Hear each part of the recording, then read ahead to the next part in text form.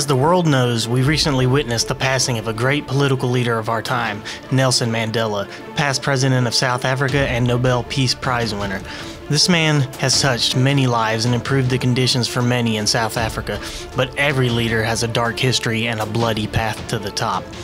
We're aware of some of the evil and vile acts perpetrated by Mandela and his team along the way, and we're not going to share them here visually. But if you aren't aware and you want an example, research the execution method of necklacing, which features a rubber tire filled with gasoline and a slow, agonizing death by burning. Now, we know this man was an important figure who performed as many good deeds as bad.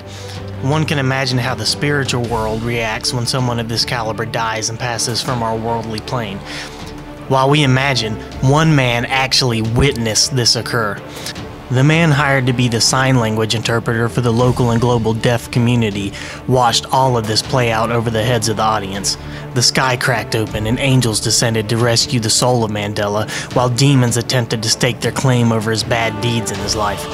Of course, the first thing the media did was attempt to cover this up. The first thing you always do is slander the individual who witnessed an amazing thing. You make fun of them. You claim they're violent and crazy. This is exactly what's happening. Tomsanka Jantie is being called a schizophrenic with an extremely violent past. He's being made to say that he lived in a psychiatric hospital for 2 years, that he's held people hostages with a brick, that he runs naked through the streets, all because he's revealing the truth to us about what happens when we die. Why should this be hidden? Well, for one, people are skeptical, and this is the perfect cover-up for our global Illuminati leadership. They're just going to call this guy crazy and let the rest of us make fun of him and doubt the spiritual reality that's all around us. This guy saw this because he's attuned, because he's a helper. He's committed his life to helping other people. But that's us working for them. We're going to tear this guy down all because they disseminated some, rumors about the guy. The real reason they want to hide it is that they don't want the public pushing back against the serpent's agenda. There's a lot of talk about reptilians out there coming from other planets, but that's not the case. Reptilians are from hell, and Satan has established a government on Earth to gain more souls into his abode. Mandela finally broke free of this reptilian grip, spat in the face of the Illuminati, and prayed to ascend to heaven upon his death.